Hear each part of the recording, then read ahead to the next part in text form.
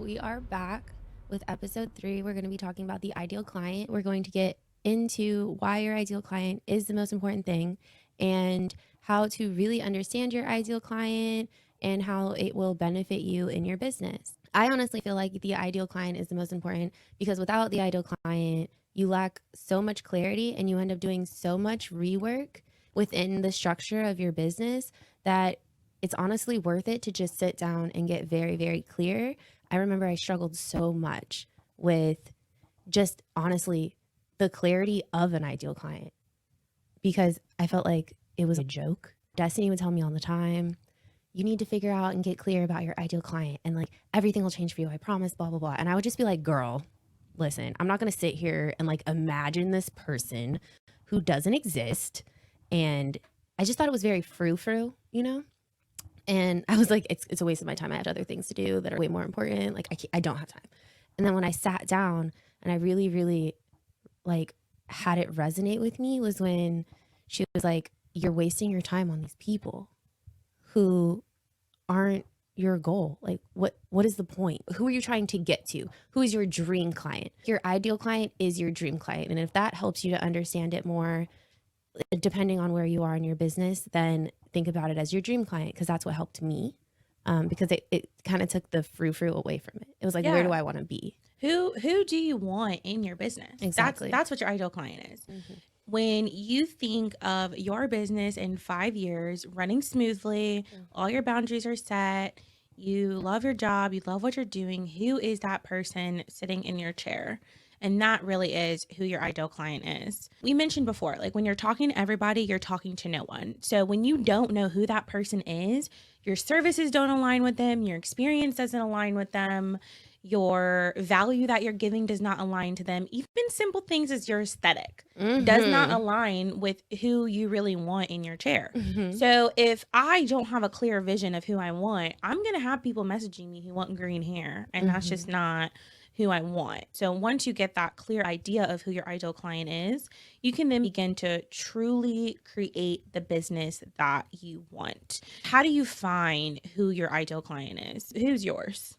I remember when I was talking with you, you were like, just literally the smallest things. You said aesthetic to me, and I don't know why, but it brought back memories of like, who do I like? What is my aesthetic? My ideal client loves neutrals.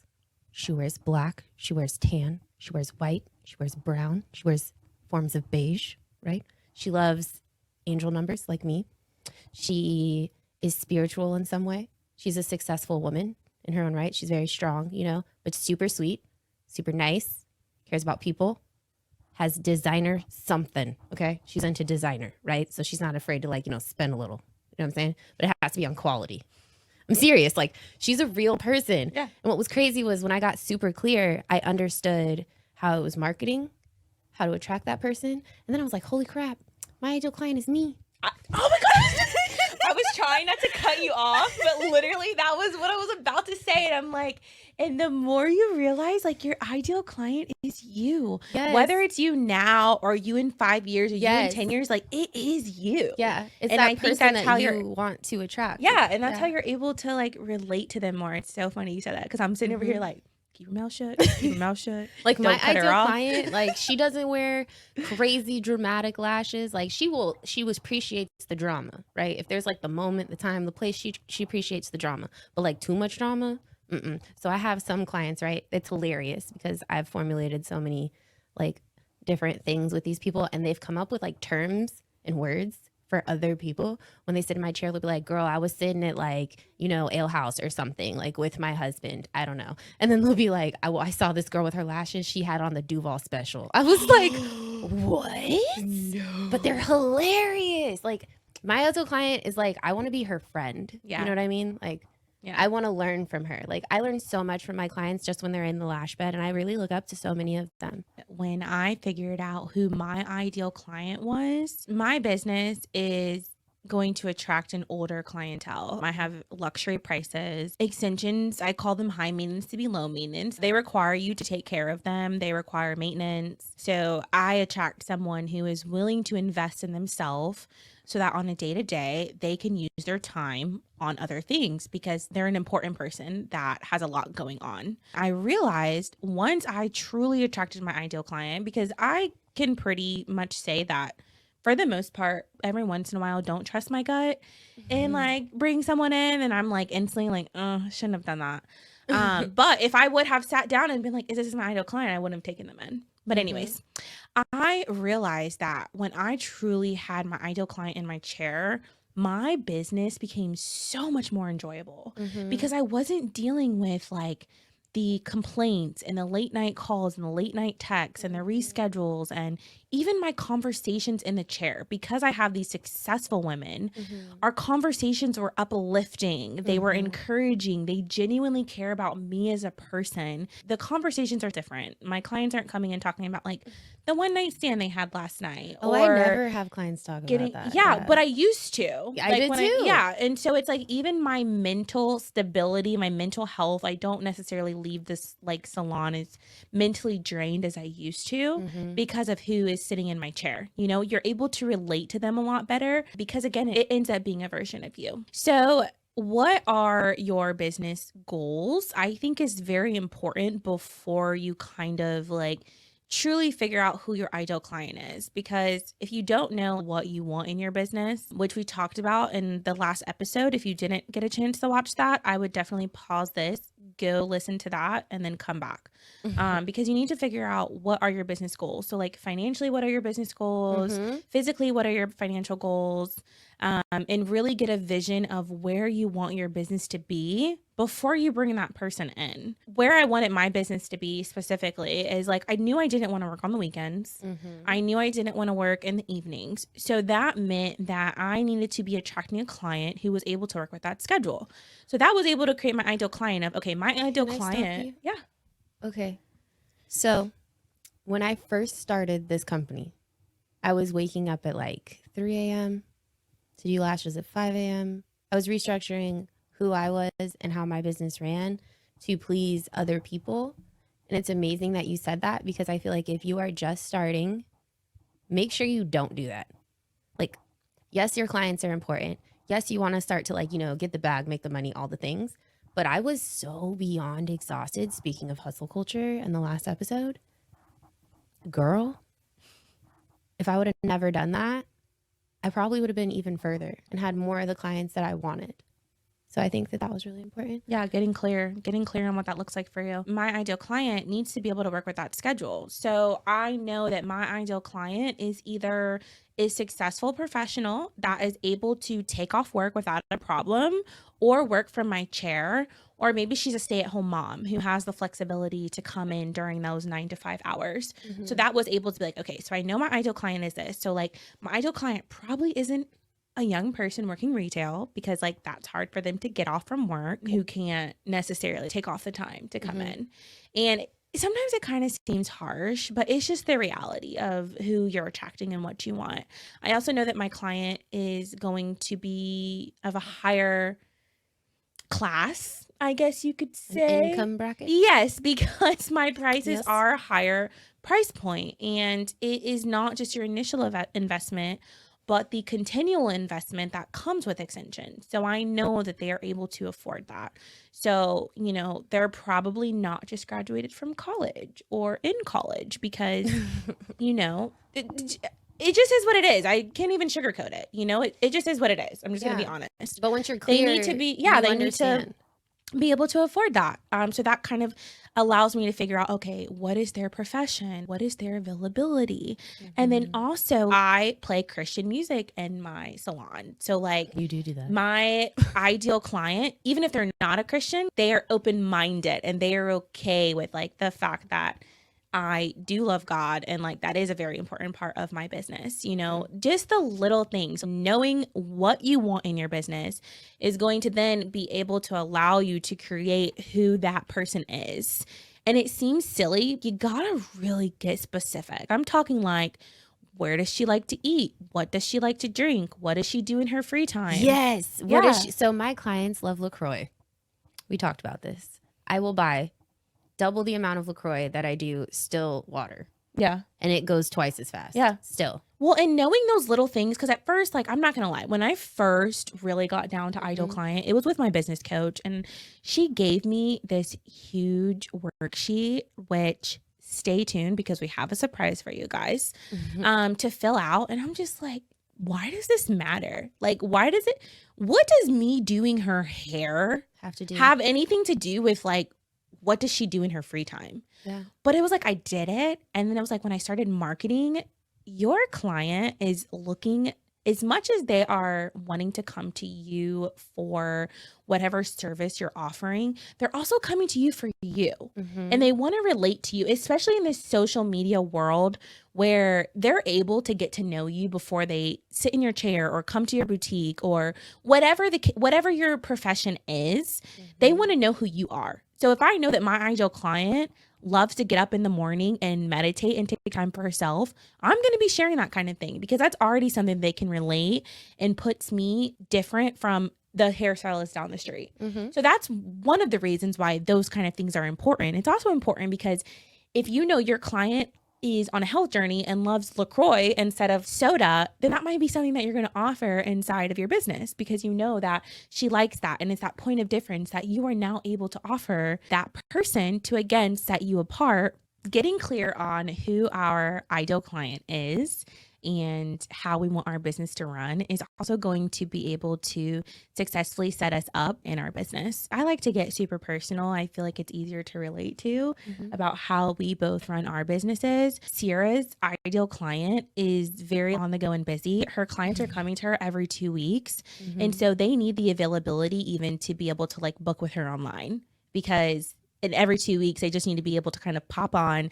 We all know we love lashes, but the appointments can be a little tedious because your eyes are closed and it's more frequent.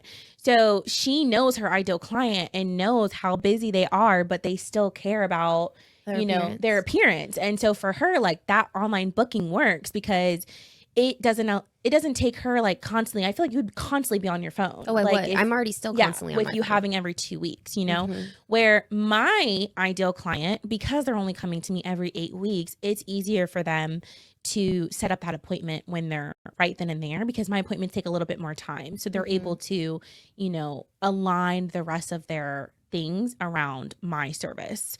So even simple things like that or how your appointment is run. Again, getting clear on your business. My clients are able to work from the chair because their eyes are not closed. I do hair. So I make sure I have things like Wi-Fi or a little table for them to set up their laptop on or, making sure the music is lower so that they can work while they're there, setting up those kind of things for them. It can be as simple as I know that my client is going to be there for a long time and busy and did not prepare to eat or drink before they come. So I make sure that I have those things for them. So you're taking every little thing about that person and tailoring their experience to them. I love that you pointed that out, but I also want to reiterate that, so I have the booking system for my clients, right? But that was also because my ideal client does not want to call me all the time. Yeah. Because I can't do that. And my ideal client is on the go, busy, businesswoman, all these other things, right? She's going to book online to view all availability. She's not going to have a problem with that. She's not going to have a problem with putting down a deposit. She's not going to have a problem with allocating the time to the appointment. In fact, my clients look forward to their appointments, and I've told them that I'm actually going to make my retention longer because I'm taking all these courses, things like that. They love that my retention for their lashes has improved, but they are now complaining that they miss me because I am their therapy sessions. You get them. Yes. So they come in every single time I see these women. They say, I love how relaxing it is in here. I love how peaceful I feel. I love, like, it's your aura. It's the things that you do. It's the smells. It's the plush bed. It's so comfortable. I can't stop. Like, I can't help but fall asleep.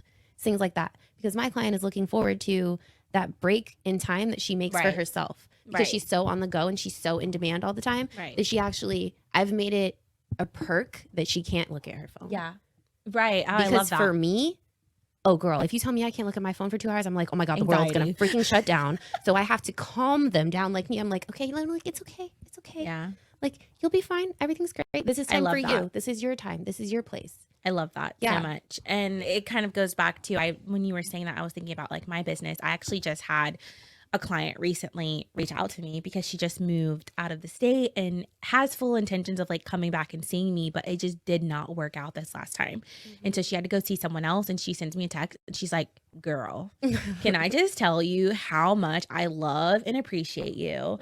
She's like, I just went and got my hair done. She was like, didn't wash my hair, didn't wash my extension hair, no scalp massage. I was dying. And I was like, my ideal client is busy, like you said. And so like they appreciate the extra effort that's put in to that. But I also think that like, even though this is what we're explaining, I feel like me and Sierra are so much alike. And honestly, a lot of our clients cross over to each other. Yeah, they do. That our ideal client is very similar. I don't want you to listen to this and think that like our ideal client should be who your ideal client is. Not at all. We just so happen to just be like so yin and yang, so on point with everything that this situation, ours is just very similar, but that doesn't mean that it's the same thing for you. And I think that's something so important to look at, because when you're trying to set up who your client is, or even your systems or your services based off of someone else, you're going to fail, because this is not their business. It's yours. And you need to figure out, like, if your client is young and in high school, that's fine. If your client is in college, or if your client is a working mom, if you're okay with having kids in your salon, that is totally fine, because that's what you want. And that's why we said, like, you need to figure out who your ideal client is, because it's really, really easy, especially with social media, to look at someone else's business and think that that is how you should run yours. And there's nothing wrong with looking up to someone if that is the structure that you want, but it's also okay if it's not. And that's why you got to get clear on what you want so that you can attract that client. And that's what you want to put out. You want to put out like that vibe. So say, exactly, like there's so many lash companies out there, for example, that their colors are bright pink and all the frou-frou girly things, like think Barbie, think all that, right? They're playing like current pop music in their salons, and that's somebody else's vibe. Like that's exactly what they want. That's exactly what they're looking for. They want to have fun when they're in the lash studio. My girls don't want that. They want relaxation. They want good like music that calms them down. They want to feel like they're at the spa. If you feel like that would be boring for you and you would want to like immediately get out of the studio all day every day, don't do that. Like create the environment that you want to be in. Because at the end of the day, stick to it. Because at the end of the day, you're the one in there every day. And if you lose your passion for this industry, you will not survive. Yeah. It will eat you alive. And then you'll just leave. You know how many people start in this industry and then they leave within like a year? It's sad. And even if you're not, because I know that we have people here who necessarily aren't in their own business. And that's fine. You still are, even if you're working commission under someone or working for another salon, you still are your own entrepreneur, even if you're not the one like doing the taxes and all of that kind of thing. So if that's the case, then you need to make sure that like your environment that you're in, the salon that you're in, also fits your ideal client and what you want to offer them. I also think that it's really easy to get stuck in a salon that like everyone does the same thing, and that's not really what you're looking for. So it's important to even, if it's not, what is my ideal client, so I can set up my space. It's like, okay, does my ideal client align with the people who work here, align with other clients that are here, align with the atmosphere that is being offered in this area? It's not just what are you setting up, but what are you bringing yourself into? Does your business and does your ideal client align with that? Yeah, don't feel like you have to change yourself to be in this industry. What you need to do is find your home.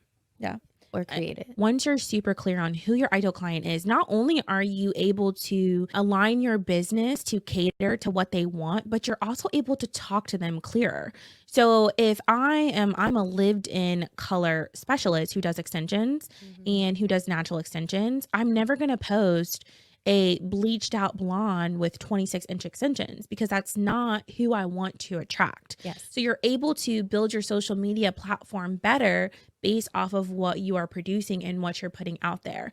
And even if you're in a place where me and Sierra are more established, so like we're able to confidently say no to people, I don't want to encourage you to do that, because I do know that in the beginning of your business and the beginning of your career, you're going to sometimes have to do things you don't want to do. Your ideal client might be a little bit more broad. I still think you should have it and you should get specific. But let's say, for example, you want to get into extensions, you might be doing more transformations, or you might be doing more different color options. I don't think that means you should start doing men's haircuts if that's what you don't want to do, but your ideal client is going to be a little bit more broad.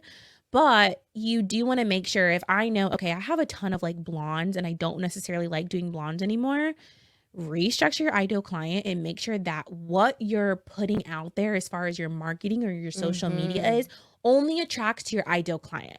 It's okay if everyone in your chair is not your ideal client, but 1000% what you're putting out there needs to attract your ideal client. Yeah. Because eventually you're going to like, those people who aren't your ideal client are going to slowly make their way out. And then you're going to make room to bring in who you truly want to be in your chair. And that also means your ideal client's always going to change. I think like minimum every year, you should be restructuring your ideal client. I did. Yeah. Mine is like, my ideal client is totally changing because like I'm at a point in my career where I'm not really talking to the client anymore. I'm talking to the stylist because I'm trying to produce education and help people build their businesses. And so what I'm posting on Instagram isn't so much like how to take care of your extensions or this is why extensions are beneficial. I'm more like talking to the stylist who's looking to build their extension career or looking to elevate their experience. And so it's changed for me. So I think it's important to also sit down and figure out who exactly that is so that you're able to then produce the material that is needed to attract that person. Yes. So to put it simply, I think you need to get clear on what you want in your career, what you want to be spending your time doing, who you want to be spending that time with.